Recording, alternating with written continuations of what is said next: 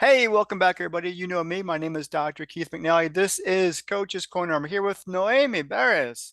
And hopefully I got that right because you were on the Question Guy podcast. And now we're going to talk about what you do professionally. So you are a podcast agent. You help people get on podcasts, kind of like mine. How does that work? Thank you for having me on your show again, Keith. Really appreciate it.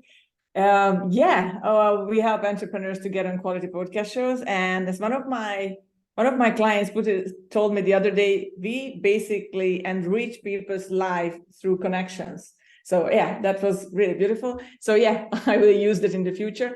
And so yeah, we connect people, and basically we do these connections worldwide. I work with people obviously from the US, UK, Canada, Australia, New Zealand, but mostly I would say like 90% of the time they are the clients, and the hosts are from the US too. So you used a really specific word, and I'm trying to remember what a type of podcast. You just happen to slip it in. So it's not just any podcast, but do you help people get on specific types of podcasts, like top tier, top rated, or especially niche focused podcasts?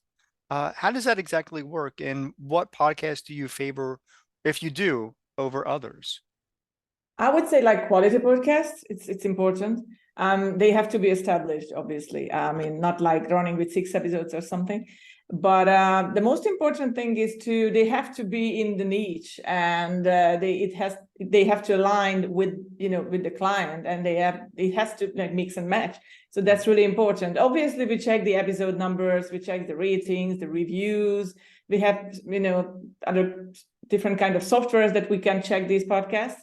But the most important is they have to be in the niche, and they have to provide quality to other people and to the listeners as well. So that's why we have to listen to a couple of episodes just to have a clear idea what the podcast is about. Plus, it technically has to be cool as well. I mean, sometimes when you listen to podcasts and they still sound like they are from the 90s, and it's like some kind of like through a telephone line or something. So you have to be careful with those as well, obviously, because they have to represent quality.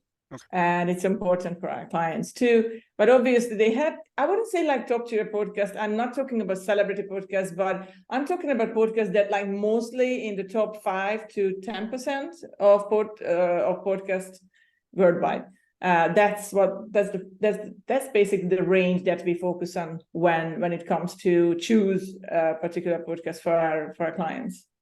Well, I like that because the word is quality, and so you want to make sure that there's a message that's being heard and a very niche specific message to a specific set of audiences.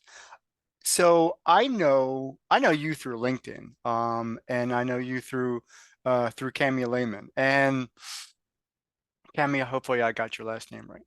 But you spend a lot of time on LinkedIn helping guests or potential guests leverage their podcast experience optimally.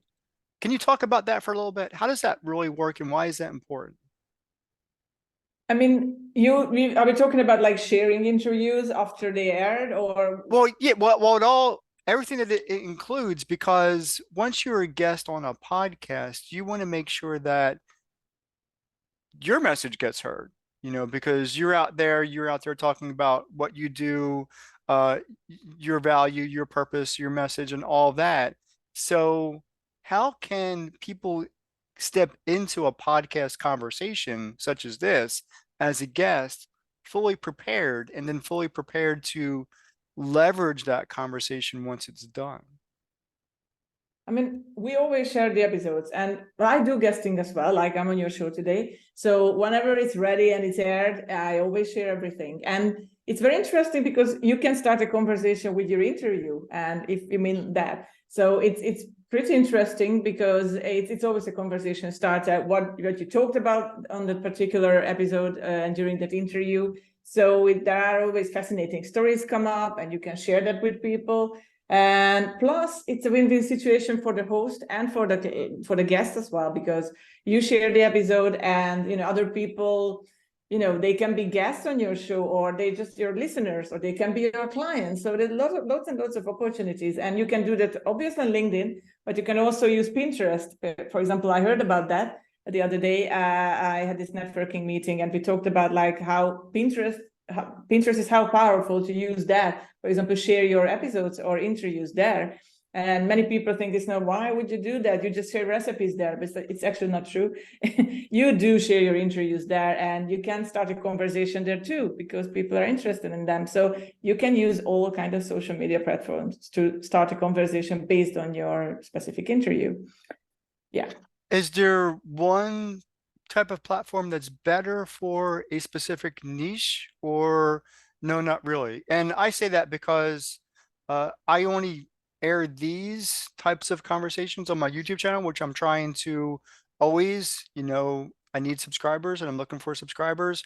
But for me, it's the power of conversation, because it's the conversations that are so important. And it's through the shows that I have that I've met people across the world who do amazing things, such as yourself, and also have amazing transformation stories that really have empowered their lives to empower other people's lives. And so, are there different approaches to putting certain conversations on certain platforms, or maybe not? I don't think so. I mean, it definitely helps. Like if you're talking about, for example, podcasts, I mean, like iTunes definitely helps because of the rating and reviews. I think it's important to be on iTunes as well, because many clients that want to be on a podcast and guest, they want to do guesting, they are looking for podcasts that are on iTunes. So sometimes it's important for them. But when it comes to social media, I don't really think it matters, as long as you just share your content whenever, wherever you can. And it can be Twitter, Pinterest, Facebook, whatever you use. So I think it's important. Obviously, you can't focus on everything. So you have to pick your poison. Sometimes for me, specifically personally, when I share my interviews, I always do it on LinkedIn, Facebook, and on trying to do my best on Pinterest too. Yeah, I'm not the best, but yeah, I have to work on that for sure. So this is twice you've mentioned Pinterest. Now, I've not known Pinterest to be a place for publishing conversations or video content. Is that new to Pinterest, or because like you said earlier, it was recipes and usually I just see like pictures of stuff. Is it changed, or has it always been that way? No, I think you can share like these snippets and short videos on Pinterest, so they definitely help. Yeah, you can do that. And I forgot to mention Instagram, because I have an Instagram account with about like 100K followers, but it's a different story, and it's about like art and design and everything. That's my passion project. But I do share my interviews there too, because they align with my followers. So that's a great platform too, and you can share interviews, and you can share Spotify links on Pinterest, or YouTube links on Pinterest. No, I'm sorry, mixing it up. I'm talking about Instagram now. Yeah, so you can do that on Instagram too. So yeah, that's also a cool platform to use when it comes to interviews. And the other thing that I noticed, that maybe it's a good idea, when you have podcast interviews ready, on episodes ready, you can upload them. You can find them on Spotify, and you can make a public list of all your interviews that you were on. And you can share this with your audience and with anyone you want, and you can share that on social media, LinkedIn, Facebook, wherever you want to. And it's also a great way. So you collect all your interviews in one place, and people can just, pick their favorites, and they can just listen to it. So you mentioned that you're across multiple platforms, but I only know you on LinkedIn because that's primarily where I am. Where can people find you? And also, do you have a business website? Because I want to put that in the show notes. Right. Yes, of course. Yeah, it's podcastconnections.co, not com, but .co, and with an S at the end, so it's plural. And you can also find me on LinkedIn, as we mentioned. It's if you type my name in, Noemi Beres, I will come up, and people can connect with me and have a chat with me. So are you partnered with somebody? Like, how do people know to get to you other than you telling them this is where to find me? So are you a part of any networking groups that help you pull in clients and connect people with hosts? Yes, I am. One of the most important networks I'm part of it is Kemi's network, the Pod Power Hour, where we met, and with other great hosts as well. And that was really helpful for me in my business for sure. And I'm really thankful to Kemi. And the other We'll network give I'm her a member shout of, out. yes, Kemi, absolutely. And the other one is called Polka Dot Powerhouse Network. It's a female-only networking group. And thanks to Kemi, shout out again. She introduced me to this group because she was a part of this group for some time, and I was looking for a networking group. And this is just an ideal community for me to connect with like-minded female entrepreneurs worldwide, mainly from the US. I like And that. yeah, Oh, and I do that too. Yeah. cool, cool. So you know me, I do two specific series, The Question Guy, which is people's personal transformation stories, and this Coach's Corner, which is their business communication story. I'm also doing something new come July 2023, and I want to change the conversation around mental health and the stigma of mental health. So I've got some, and these are panel conversations. It's called the Envision Speaker Series. So I do ask you that if you know anybody who wants to be a part of that Envision Speaker Series and can speak to whatever subtopic is under the umbrella of mental health, I would love to have those conversations. So please, please, with the short amount of time that we have left, tell somebody, tell our audience the real value of being a guest on somebody's podcast. There are many like advantages to Give me one. be. That's hard.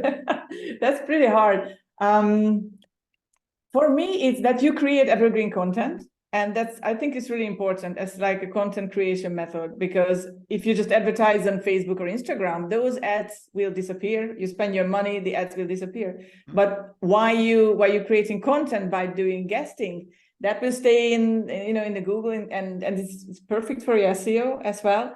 So for me, that content creation and evergreen content creation, I think that's the most important part. But there are many other advantages. So Of course you are. I can talk about those for hours. So. Then I'm going to have to bring you back, and that's going to be a very specific conversation. Noemi Beres, thank you so much for joining me on Coach's Corner. For those of you who are watching and listening, this is another edition, and we'll see you next time. Take care. Thank you.